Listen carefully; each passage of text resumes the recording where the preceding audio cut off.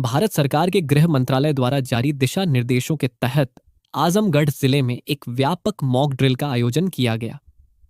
इस संयुक्त अभ्यास का आयोजन आजमगढ़ पुलिस, जिला प्रशासन और सिविल डिफेंस की टीम द्वारा रिजर्व पुलिस लाइन परिसर में किया गया। इसका उद्देश्य आपदा प्रबंधन, कानून व्यवस्था और सुरक्षा प्रतिक्रिया प्रणाली की वास्तविक स्थितियों में जांच और नागरिकों में जागरूकता बढ़ाना रहा। कार्यक्रम में मंडलायुक्त श्री विवेक कुमार, पुलिस उप महानिरीक्षक श्री सुनील कुमार और वरिष्ठ पुलिस अधीक्षक श्री हेमराज मीना की उपस्थिति में यह अभ्यास संपन्न हुआ। ड्रिल में पुलिस के साथ साथ स्वास्थ्य विभाग, एनसीसी, सिविल डिफेंस, आपूर्ति विभाग समेत विभिन्न एजेंसियों ने सक्रिय भागीदारी की। ड्रिल के दौरान क्या हुआ खास?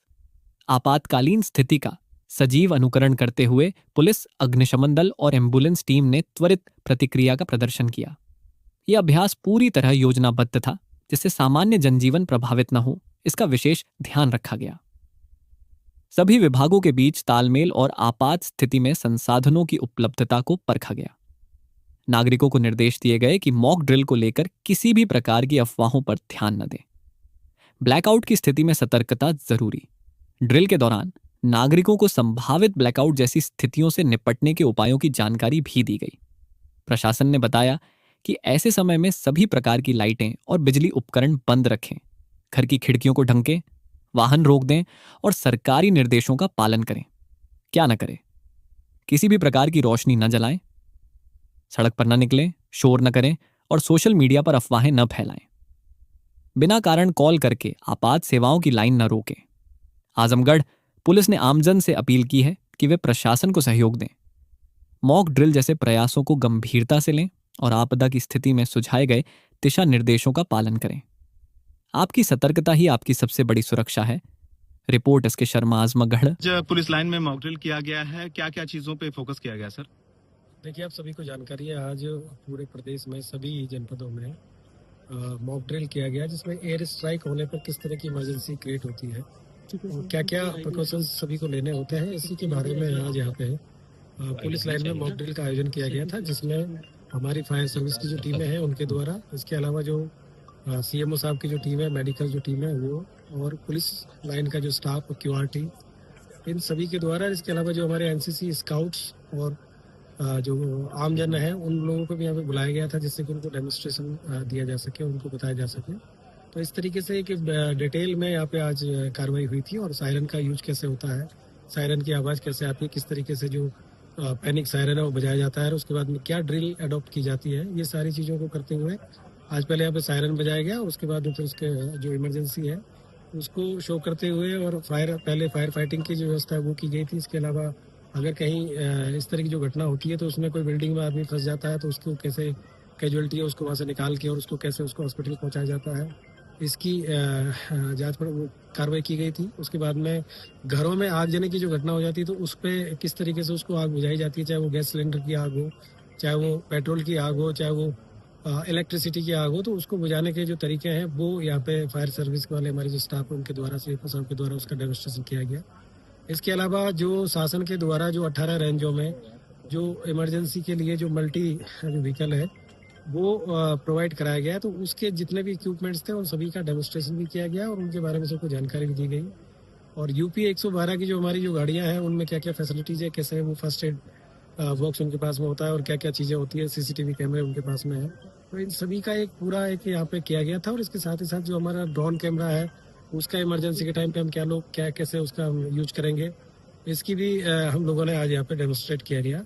तो ये पूरी जो मॉक ड्रिल थी, ये कभी भी किसी तरह की कोई इमरजेंसी होती है तो उसमें हमारी जो प्रिपेयर्डनेस कैसी है, कोई घायल लोग हैं उनको कैसे एम्बुलेंस के माध्यम से हॉस्पिटल के लिए ले जाना है, कैसे ग्रीन कॉरिडोर बनाना है, इन सारी चीज़ों को विस्तृत मतलब तैयारी करने के साथ में ये जो मॉक ड्रिल यहाँ पे की गई थी। और इसमें आदरणीय डीआईजी महोदय, कमिश्नर साहब और प्रभारी जो डीएम साहब है वो भी यहाँ पे आए थे और आकर सभी लोगों ने यहाँ पे देखा। और एनसीसी के जो हमारे बच्चे, स्काउट्स के हमारे बच्चे हैं, इन लोगों को भी यहाँ पे ट्रेन किया गया कि जरूरत पड़ने पर ये लोग कैसे सिविल डिफेंस के तौर पे सभी लोग जो काम करेंगे। और यहाँ पे बड़ी मात्रा में जो महिलाएं हैं वो भी हमारी पुलिस लाइन की महिलाएं, कुछ लोग बाहर से भी यहाँ पे आए हैं, तो उन लोगों को बताया कि घरों में किस तरीके से जो ब्लैकआउट है वो कैसे करना होता है, उसका मेजर्स क्या है। इसके अलावा जो अगर कोई इमरजेंसी होती है तो आप लोगों को किस तरीके से बिहेव करना है, अपने विंडोज को कैसे बंद करना है, अगर आगजनी होती है या कोई इस तरह की एयर स्ट्राइक होती है तो जैसे धुआं निकलता है उसको अपने आप को कैसे सेव करना है।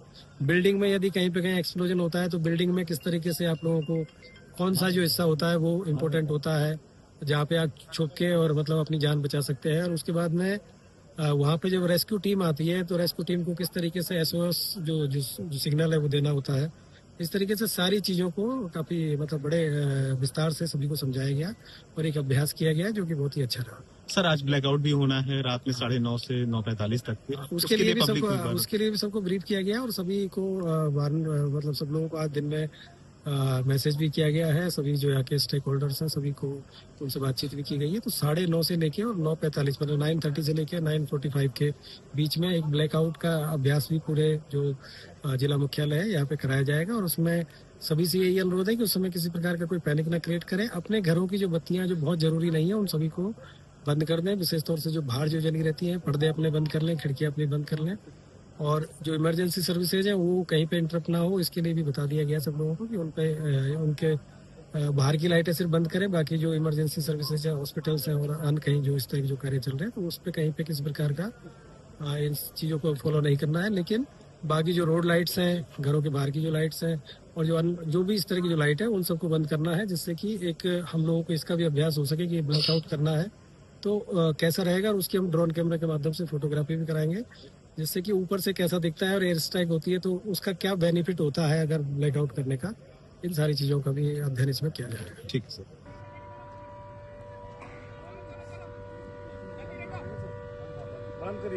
जो हमारी टोलियां हैं, टोलियां हमारे जो मजरूब हैं, मजरूबों को अस्पताल ले जाने के लिए उन्हें कैरी करके एम्बुलेंस में ले जाएं और उन्हें शीघ्र से शीघ्र अस्पताल पहुंचाने का कार्य करें। जो टोलियां बनाई गई हैं वो टोलियों के सभी लोग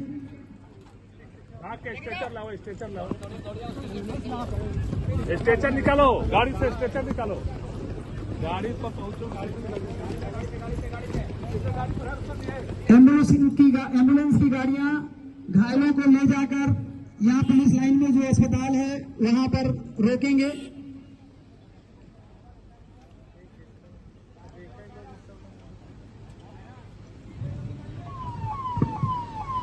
इसमें हम लोग 1 by 1 करेंगे। अभी देखिए फायर सर्विस 2 आदमी के ये बिल्डिंग गिरी है और ये सरिया से बने हुए, इनको काट के इनकी कैजुअलिटी को बचाइए इन दोनों को। फायर सर्विस सरिया को काट के बाहर निकालिए इन दोनों को बिल्डिंग से कटर के माध्यम से। देखिए किस तरह से हाइड्रोलिक कटर से अभी सरिया को काटेंगे ये, और ऐसा दिखाया गया इनके शरीर से सरिया पार पार है। तो देखिए कटर का इस्तेमाल कर रहे हैं और सेकंड नहीं लगता है इस कटर को इस्तेमाल करके कैजुअलिटी से।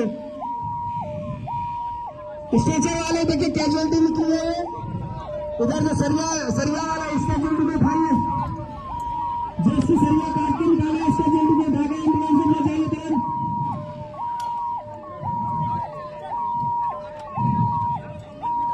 अब ये न्यूमेटिक बैग जिसके ऊपर ये गिरा हुआ है इसको नहीं उठाइए, इसको जिसके ऊपर ये बीम गिरा हुआ है बीम को न्यूमेटिक बैग के माध्यम से निकालिए, इसको हटाइए।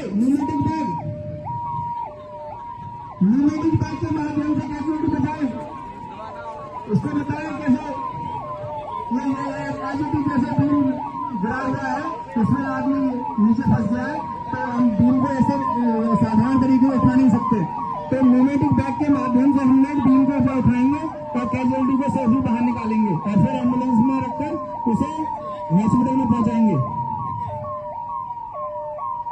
बहुत बढ़िया, ये सभी लोगों को दिखना भी चाहिए।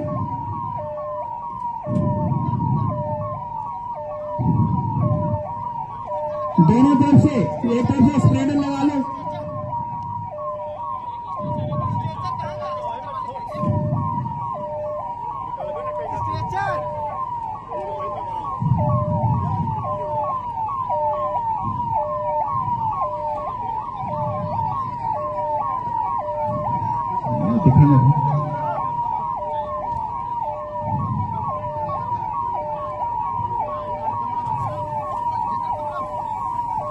न्यूमेटिक बैग के माध्यम से हम आराम से 30 टन तक का कोई वेट है उसको हटा सकते हैं। और ये अगर बहुत चिपका हुआ भी है, 2-3 इंच का गैप है, उसमें न्यूमेटिक बैग को हम अंदर करके एयर प्रेशर के माध्यम से 30 टन के वेट को अलग कर सकते हैं।